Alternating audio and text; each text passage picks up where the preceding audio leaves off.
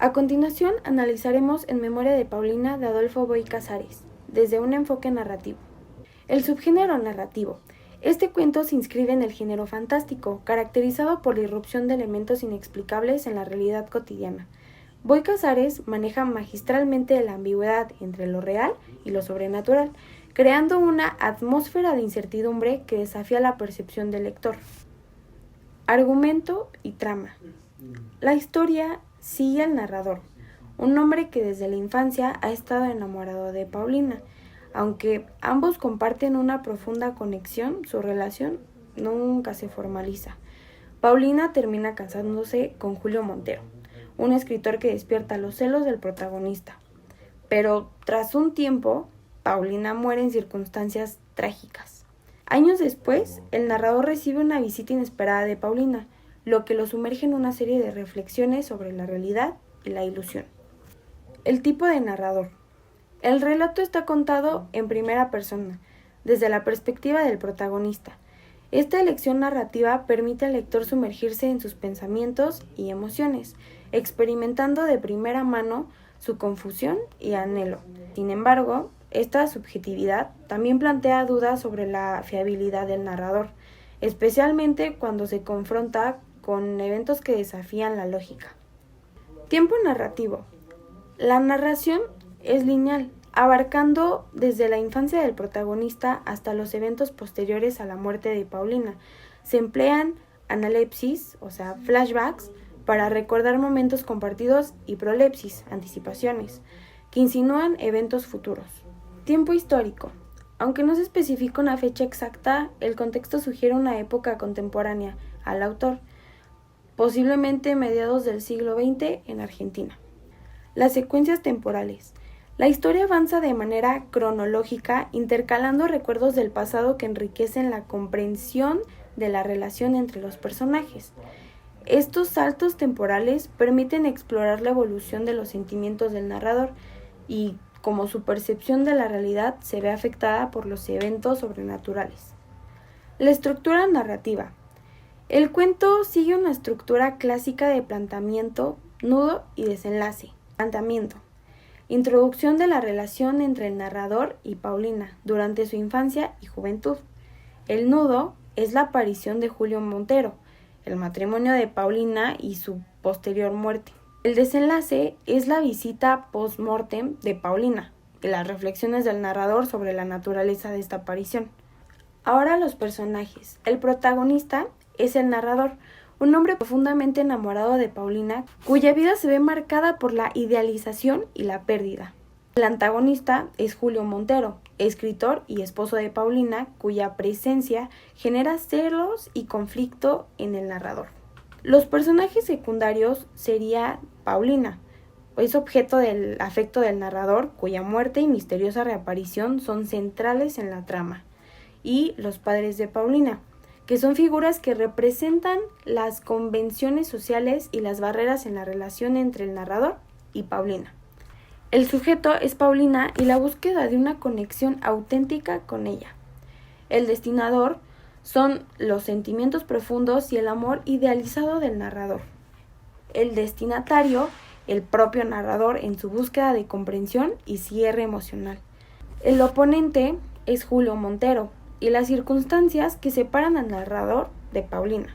Los ayudantes son los recuerdos compartidos y las reflexiones introspectivas del narrador. Hoy vamos a analizar el juego de Ender desde un enfoque narrativo. Primero, en cuanto al subgénero narrativo, esta historia entra en la ciencia ficción, militar con toques de distopía. La humanidad está en guerra con una especie alienígena y el gobierno entrena niños prodigio para liderar la batalla. El argumento sigue a Ender Wiggin, un niño con habilidades estratégicas excepcionales que es reclutado en la escuela de batalla. A lo largo de su entrenamiento enfrenta pruebas brutales sin saber que al final lo estarían utilizando para dirigir una guerra contra los insectos. El narrador es en tercera persona, omnisciente, lo que nos permite conocer los pensamientos de Ender y otros personajes clave.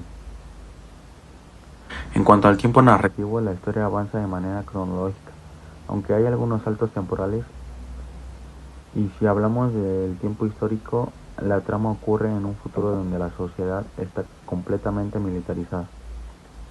Las secuencias temporales son mayormente lineales, pero de vez en cuando hay flashbacks o anticipaciones que agregan contexto.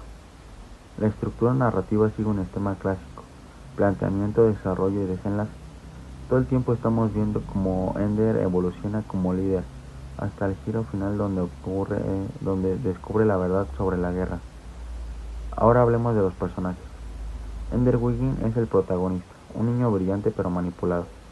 Los antagonistas son tanto como los insectos como la flota internacional, que lo usa como herramienta. Entre los secundarios está su hermana Valentine y su hermano Peter. Para terminar, aquí está la matriz actancial de la historia. Sujeto: Ender Wiggin. Objeto: derrotar a los insectos. Destinador: la flota internacional. Destinatario: la humanidad. Oponentes: los insectos y la manipulación militar. Ayudantes: sus compañeros y Maester Rackham. Yo voy a estar platicando sobre el cuento La perfecta señorita de Patricia Highsmith. Para empezar voy a dar un pequeño resumen, un pequeño contexto para tener una idea sobre lo que vamos a hablar. Y entonces La perfecta señorita es un poquito una historia que narra cómo una chica desde siempre ha sido educada de una forma en la que siempre ha tenido que ser perfecta en todos los sentidos, comportándose bien, aprendiendo a tener buenos modales, siendo generosa con todas las personas y en sí teniendo una educación bastante rígida. Entonces es como la parte central de la historia y todo va a girar un poquito alrededor sobre eso. Para empezar, el subgénero narrativo de esta historia es el cuento, ya que esta historia puede ser tanto real como ficticia y al mismo tiempo no tiene características de mito, ni de leyenda, ni nada por el estilo. El tiempo histórico es la edad moderna, ya que en toda la historia no se ven ningún tipo de características de virreinales, medievales, ni nada de eso, y al mismo tiempo tampoco se ve nada de esta actualidad, como por ejemplo pueden ser celulares, puede ser tecnología, así que el tiempo histórico es la edad moderna. El tiempo lineal de La perfecta señorita es ab-ovo, ya que en toda la historia siempre sigue una línea recta en el tiempo. No hay ningún salto hacia atrás ni tampoco ningún salto hacia adelante, así que puedes entender la historia fácilmente porque en ningún momento hay algún tipo de cambio, aunque es importante recalcar que sí hay una gran diferencia en el tiempo empezando con la historia y terminando con la historia, ya que empezamos cuando la perfecta señorita es muy chica hasta que ya tiene un nivel de conciencia y de madurez muy diferente a cómo empezó. Pero fuera de eso, todo es recto en el tiempo. La secuencia temporal es Roconto, ya que en toda la historia sí hay momentos en el que ella se da cuenta de cómo era antes y de cómo era ahora, pero no hay ningún otro tipo de salto como que llame mucho la atención, como bastante grande, como podría ser un flashback o un flash forward. Entonces, en este caso es Roconto. La estructura narrativa es espiral, ya que la historia sigue un avance progresivo en el tiempo, pero constantemente regresa al punto central de la historia y regresa al conflicto central, que es la obsesión que tiene ella por ser perfecta en todos los sentidos, tanto en los sentidos sociales como en los sentidos más estéticos. Como personaje principal tenemos a Thea, ya que toda la historia gira alrededor de ella y gira alrededor de cómo ha cambiado su mentalidad. Así que este personaje es un personaje redondo, ya que tiene muchos rasgos y tiene bastantes características que aparecen progresivamente y que cada vez vamos descubriendo más rasgos de ella que al principio no se dejan ver.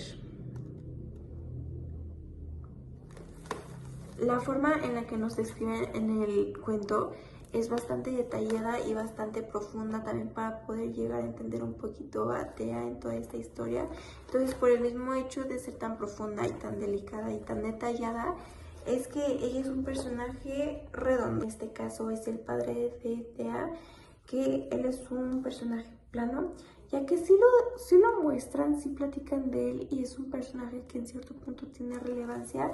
No se centran tanto en cómo él puede llegar a ser la relación que tiene él con Thea, y al mismo tiempo siempre tiene como que la misma mentalidad y la misma rudeza al hablar con ella como al hablar con las demás personas, y al sentirse en una relación hija-padre es bastante seca en este caso. Entonces en la historia no hay un cambio progresivo en él, entonces por eso él es un personaje plano. Margot es la madre de Thea y en este caso es un personaje redondo, ya que sí la meten bastante en la historia y sí tiene un papel importante, ya que ella desde que Thea es chica, le ha enseñado muchísimo todo lo que sabe. Ya le ha enseñado a hacer las reverencias, a cómo hablar con las demás personas, a cómo relacionarse con el mundo en sí. Y aunque sí empieza a tener un cambio importante, no es tanto, pero sí existe y sí es un personaje al que le dan detalle y al que le dan un poco de profundización también para poder entender por qué Thea es así.